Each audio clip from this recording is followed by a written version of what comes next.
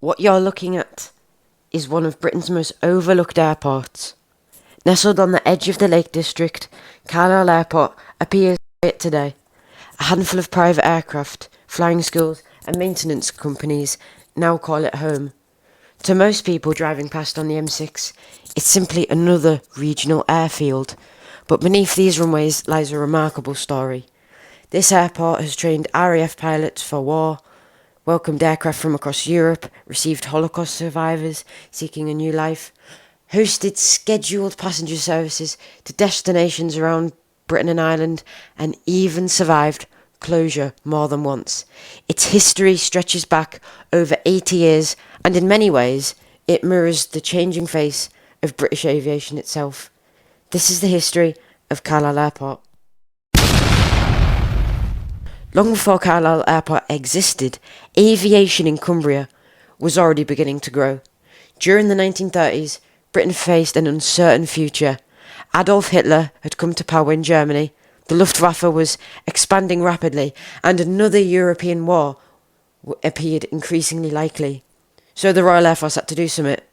They realised it would need dozens of new airfields across Britain, not just fighter stations, but training bases capable of producing thousands of pilots, navigators and wireless operators. Cumbria became an important location. 3 major airfields were established across the county. To the west was RAF Silloth, which would later become a large coastal command and operational training unit. To the south lay RAF Great Orton, built primarily as a bomber training station. And just northeast of Carlisle, construction began on what would become RAF Crosby-on-Eden and then Carlisle Airport as we know it today. Unlike many RAF stations in southern England, Crosby-on-Eden was safely beyond the reach of most German bombers, while still offering excellent railway links to the rest of Britain. Construction crews laid 3 concrete runways, built dozens of dispersal points around the perimeter, built hangars, barracks and workshops, transforming the quiet farmland into a modern military airfield. By 1941, the station was ready. On the 17th of February 1941, RAF Crosby-on-Eden officially opened. Its role wasn't to defend Britain during the Battle of Britain. Instead, it was something arguably just as important: training. The RAF desperately needed skilled crews. Every month, new pilots arrived here to master increasingly complex aircraft before joining operational squadrons across Britain and Europe and beyond. Aircraft regularly seen here included the Hawk Hurricane, one of Britain's most famous fighters. Twin-engined Bristol Bow fighters also operated from Crosby-on-Eden, preparing for crews for long-range missions. Douglas Dakotas visited regularly, transporting personnel and equipment across the county. Anson trainers became a common sight as student navigators and wireless operators learned their trade. Training military pilots during the wartime was dangerous. Mechanical failures, Cumbrian weather, which is one of the poorest weather in the countries, and combined with the Lake District and just inexperience, claimed aircraft throughout the war, and this would claim the lives of those who were unfortunate enough. Several crashes occurred in the surrounding countryside, 27 to be exact, all from Spitfires, Ansons to even Canberras and modern-day Cherokees. Some crews survived, others were not so fortunate. These accidents served as a constant reminder that even hundreds of miles from enemy aircraft flying remain one of the most dangerous jobs in Britain. Many of the surrounding hills and fields still hide the stories of the wartime crashes, some of which remembered today, some totally forgotten. By August 1945, the war in Europe had ended, but Crosby-on-Eden's most emotional chapter was just beginning. RAF Douglas Dakotas began arriving carrying hundreds of Holocaust survivors from Prague. Many were children. Only months earlier, they had endured unimaginable suffering inside Nazi concentration camps. For these young survivors, landing at Carlisle represented something entirely: safety, freedom, and the chance to begin life again. When the Second World War ended in 1945, RAF Crosby and Eden's military role gradually came to an end. The enormous wartime demand for aircrew had disappeared almost all night, and like hundreds of RAF stations across Britain, the future of the airfields became uncertain. For a number of years, the site remained under military ownership, although flying steadily declined. Eventually, responsibility for the airfield passed into civilian hands, and in 1960, it officially licensed and was opened as Carlisle Airport. The airport quickly became Cumbria's gateway to the skies.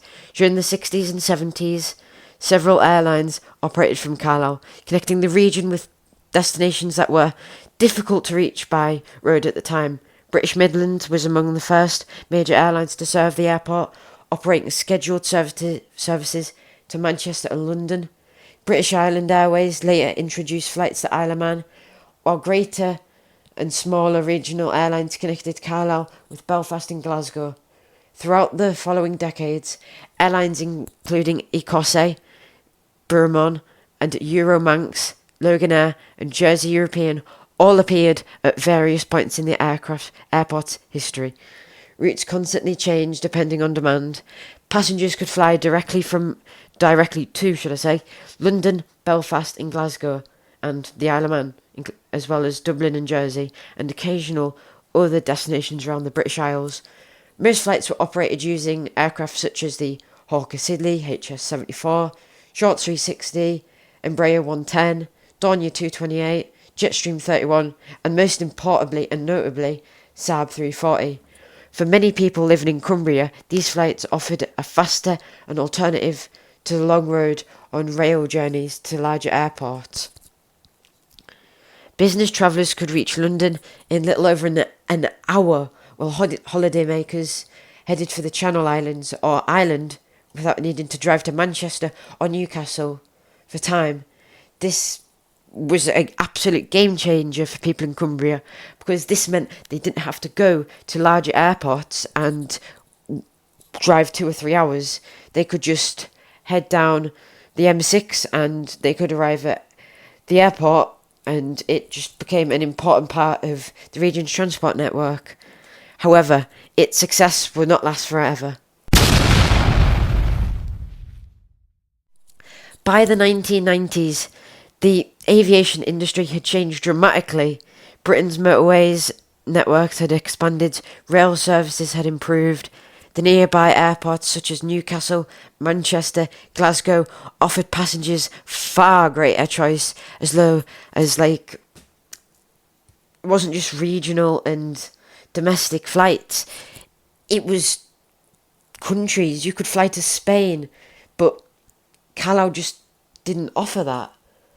And as low-cost airlines began transforming air travel, Carlisle struggled to compete. Passenger numbers declined dramatically. Routes disappeared one by one. Airlines withdrew as services became increasingly difficult to sustain. Eventually, passenger flights came to an end, leaving the airport largely dependent on private aviation, maintenance work and occasional charter flights. For many observers, Carlisle Airport appeared, destined to fade into history. But something remarkable happened in 2008. A new chapter began. The Stobbart Group, best known for its fleet of green lorries, not planes or airports, purchased the airport with ambitious plans to transform it into a regional aviation hub. Millions of pounds were invested. The new runway was resurfaced and upgraded. This was runway 24 and 06, and the brand new terminal was made, and the old terminal was abandoned. And just this year, it was unfortunately demolished, but the old ATC tower is still there.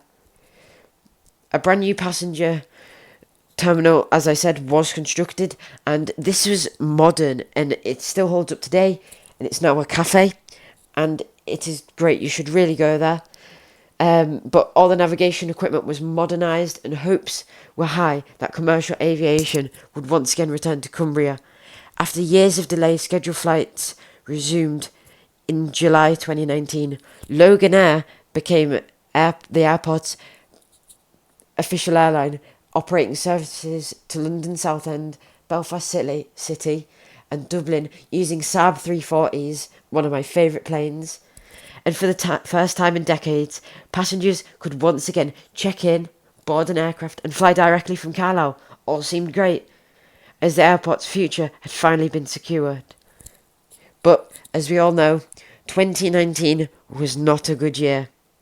The COVID-19 pandemic brought the global aviation industry to a standstill, and to a small regional airport, this was end.